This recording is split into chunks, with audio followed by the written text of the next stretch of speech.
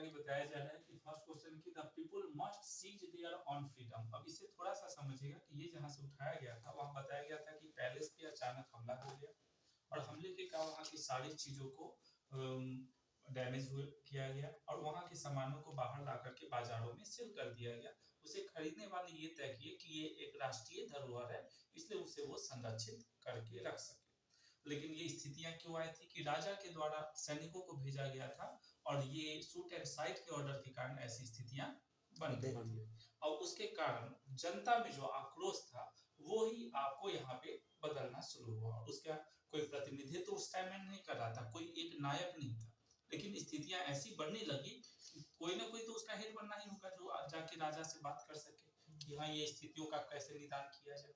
तो अब वहीं से इसके आगे का पॉइंट शुरू हो रहा है। तो सबसे पहले क्या कि the people must seize their own freedom, माने ये जो लोग गा रहे थे इसे मार्शले कहा जाता था। मार्शले का मतलब कि एक राष्ट्रगान के जैसे उनका एक गीत होता था और जिसे वो माने क्या कहे आंदोलन के क्रम में गाते रहते थे। तो यहाँ पे वैसे ही आपको दिया गया जैसे सॉन्ग है, स्लोगन है, थॉट्स है, नन है। तो क्या हो गया ये स्लोगन। उसके बाद के वेयर डज द रेमनन्स लिव और रेमनन जो यहाँ पे बताया गया है। तो रेमनन जो इस क्रांतिकारी का जो हिस्सा बने या हेड बन गए या उसका एक पात्र बने, तो उसकी स्थितियों को बताया गया कि वो कहाँ के थे, पोलैंड के, आयरलैंड के, मेच के और नन के। तो कहाँ हो गया मेच के।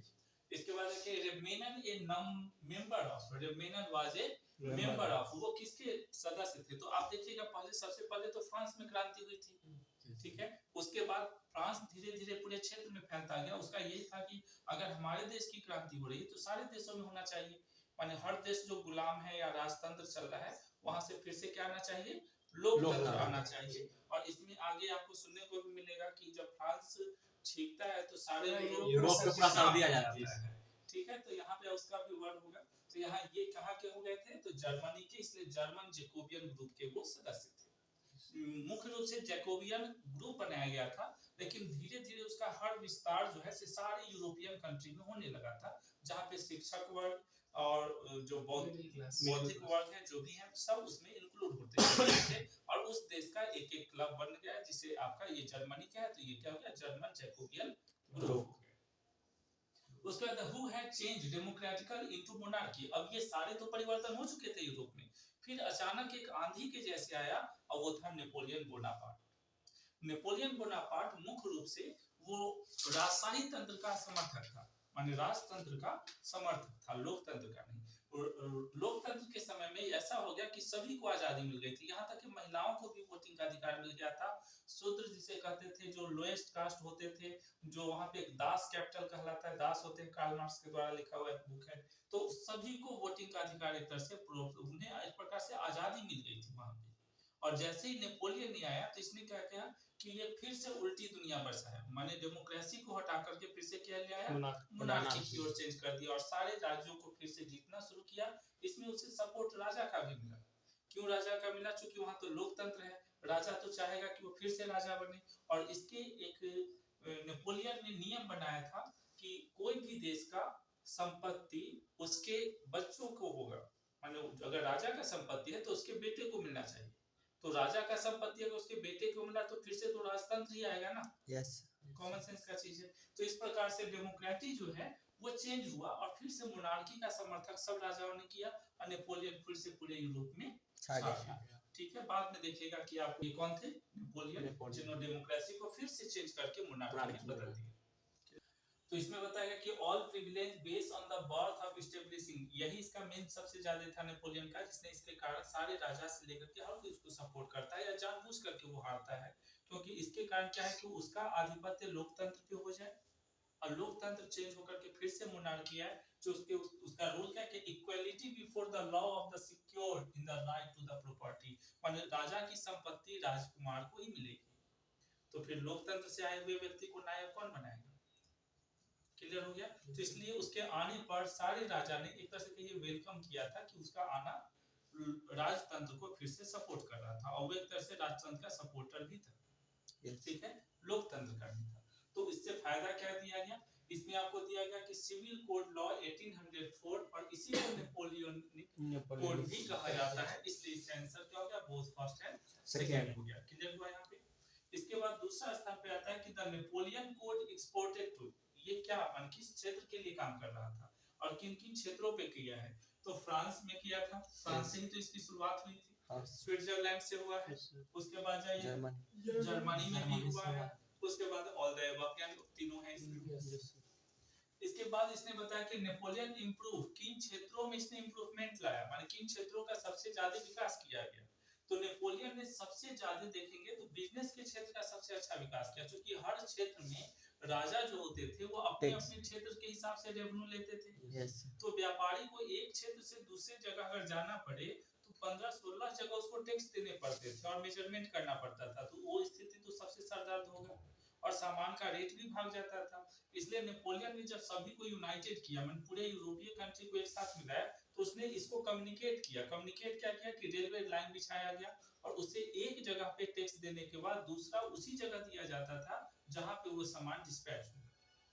तो व्यापारी के लिए आसान हो गया कि नहीं, कि आपको बस यहाँ पे सामान ला दिए, दूसरे जगह पे जाकर के जहां उतरेगा वहां उसका टैक्स लिया जाएगा।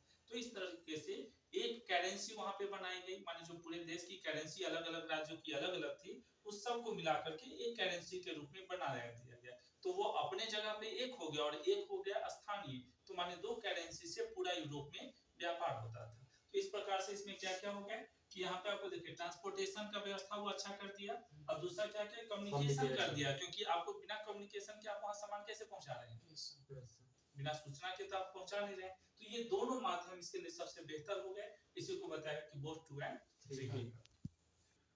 तो who were happy a new found freedom, इस नई आजादी से कौन खुश थे। तो अब आजादी का दो रूप देखिए, एक तो था कि लोकतंत्र से आजादी मिली थी, कुछ जगहों को सबको तो नहीं मिला था, जैकोबियन क्लब कॉम्प्रेस कर रहा था कि हर देश को आजादी मिले। दूसरी तरफ से कितने सारे तो थे कि राजा के अंतर्गत थे, हर कोई क्या चाहता था कि वो आजाद हो जाए, और आजादी से किसी को भी खुशी मिलना स्वाभाविक है। तो सबसे पहले किनको आजादी मिली थी, तो वो बताया गया पीसेंट, किसान को मिला था, आर्टिस्ट कलाकार को मिला था, वर्कर श्रमिक को मिला था। तो इसमें क्या होगा, ऑल द सब आ जाते थे। क्यों हुए तीनों, इसे भी थोड़ा सा समझ लें कि किसान जो थे वो जमींदार के अंतर्गत काम करते थे, तो किसान को अपनी आमदनी का कोई हिस्सा तो मिल नहीं रहा था, वो एक तरह से लेबर के जैसे वर्क है उसका। दूसरे नंबर पे आते थे आर्टिस्ट, आर्टिस्ट राजा के द्वारा बनाए हुए कारखानों में काम किया जाता था, या कोई जो ऑफिसर रैंक के होते थे उसके सिस्टम उसके अंतर्गत काम होते थे, और उससे बनने वाली चीजों पे राजा का हक होता था, उसकी कीमत इससे कुछ मिलेगा नहीं इससे भी, तो इसलिए उनको भी आर्टिस्ट को काम करने या कौशल दिखाने का कोई खुशी नहीं होती थी, वो नॉर्मली डूइंग वर्क, केवल काम करने के लिए वहां पे रहते थे। तीसरा स्थिति पे आता है वर्कर्स, तो वर्कर होते हैं श्रमिक, जिसे दास कहते हैं। तो दास को भी कोई अधिकार कभी नहीं दिया गया था, जैसे कोई किसी और देश से गया उसे जीत लिया, तो उसके क्षेत्र के जो व्यक्ति उनके अधिकार क्षेत्र में आए वो दास कहलाते थे, तो दास पर तो श्रमिक हो गए, तो लेबर का कोई राइट ही नहीं होता था, ना वोटिंग अधिकार है, ना जीने का अधिकार है, उसे खरीदा बेचा जाता था। तो ये हाल की स्थिति में उसे क्या अधिकार मिलेगा, तो वहां पे उसे आजादी दी गई है, और वो भी यहाँ पे दर्शाया गया। तो ये तीनों को किसने आजादी दी थी, तो नेपोलियन ने दी थी। लेकिन नेपोलियन ने आजादी दी तो उसकी खुशी कौन मना रहे हैं, ये तीनों मना रहे हैं, बाद में इनके दुख का कारण भी वही बनेगा, क्योंकि इनको पकड़ करके वो सैनिक बना देगा। और जैसे ही सैनिक बनाएगा तो मान लेते हैं जिस देश से आपको लगाव नहीं है उस देश के लिए तुम लड़ रहे हो, तो लड़ने में कोई उत्साह होगा, नो सही होगा, कॉमन सेंस का चीज है। मान लेते हैं कि आप किसी देश के प्रतिनिधित्व हैं, उस देश के मूल निवासी हैं, आप उस देश के लिए लड़िएगा तो आप जान दे दीजिए, यस सर, क्योंकि आप देश के प्रति नेशनलिटी होती है, एक अंदर से भाव होता है। लेकिन यहाँ ये तीनों जो अलग अलग देशों से आजाद हुए वो तो आजाद हो गए, उनको आजादी की खुशी थी, फिर इनको चूंकि कोई बेस है नहीं, एक को जमींदार से अलग कर दिया, एक को राजतंत्र से अलग कर दिया, एक को जो लोग गुलाम बने हुए थे उससे आजाद कर दिया, तो तीनों तो आजाद हो गए। लेकिन तीनों की आजादी के बाद आपको मिला क्या, कुछ नहीं, कहाँ जाइएगा, सबको उठा करके सेना में भर्ती कर देता था, दूसरा देश से लड़ने के लिए फिर चल देता था।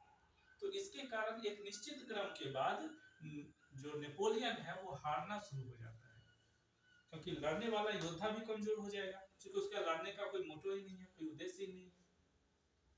चलिए, तो फ्रेंच सोल्जर्स यूनिफॉर्मल रिकॉग्नाइज्ड बाय, तो फ्रेंच सोल्जर जो फ्रांस का था सबको एक ड्रेस कोड होता था या झंडे का एक शेप होता था, वो ब्लू व्हाइट और रेड होता था। ब्लू व्हाइट और रेड। रेड तीनों का कॉम्बिनेशन होता था, तो इसका भी क्या हो जाएगा, All. ऑल हो जाएगा। उसके बाद दिया गया कि कार्ल कैस्पर्स फ्रिश पेंटिंग, एक जर्मन पेंटिंग बनाए थे, उसमें एक तस्वीर दिखाया गया है, अगर ध्यान देंगे तो उस तस्वीर में ये बताने की कोशिश किया गया है कि एक सैनिक है, वो डेड पड़ा हुआ है और उसके अगल बगल में उसके बीवी बच्चे परिवार सब रो रहे हैं, और ये तस्वीर 20,000 सेना के मरने के बाद बनाया गया था।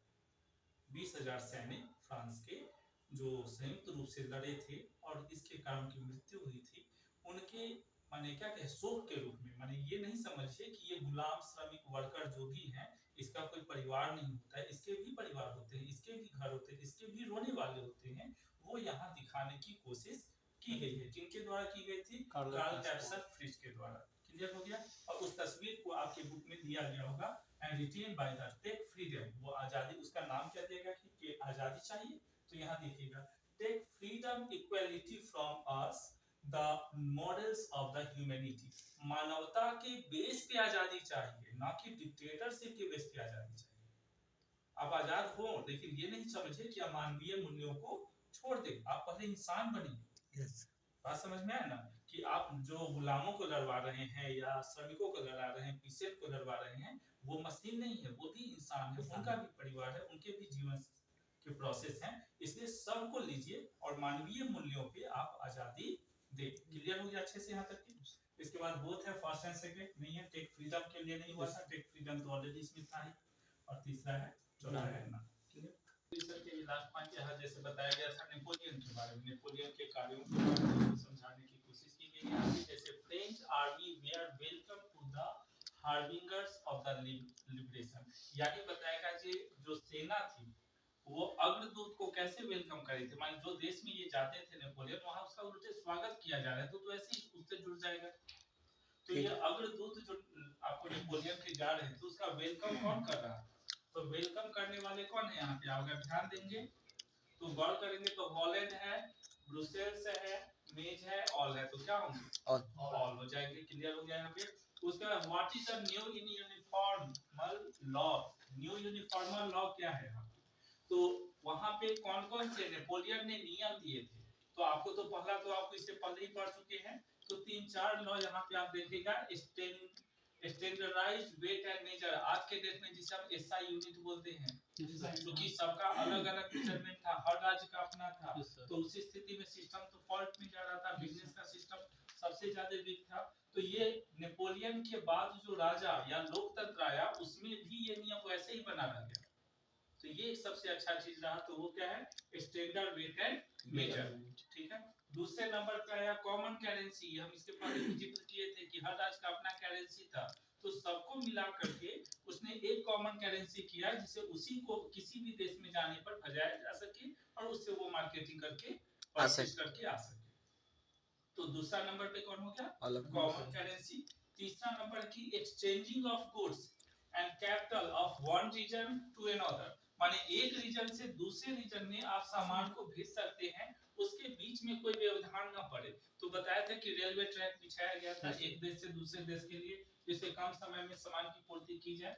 इस प्रकार से इसका आंसर क्या हो गया, ऑल द अबव। इसके बाद है Napoleon lost the battle of the Leipzig in, जो नेपोलियन हारता है, आपको एक तस्वीर बनी होगी कि नेपोलियन अपने पीछे में पोस्ट ऑफिस के जैसे रखे हुए और एक एक राज्य को धीरे धीरे फिर से हारता चला गया है। तो यहाँ पे बताएगा कि नेपोलियन जो हारा है फर्स्ट कहाँ पे है, लेपिज है ना, तो वो किस साल में, तो 1812, 1813, 14 और 15, तो ये देखिए 1830 जो है इसका आंसर हो गया, अच्छे से हो गया होगा।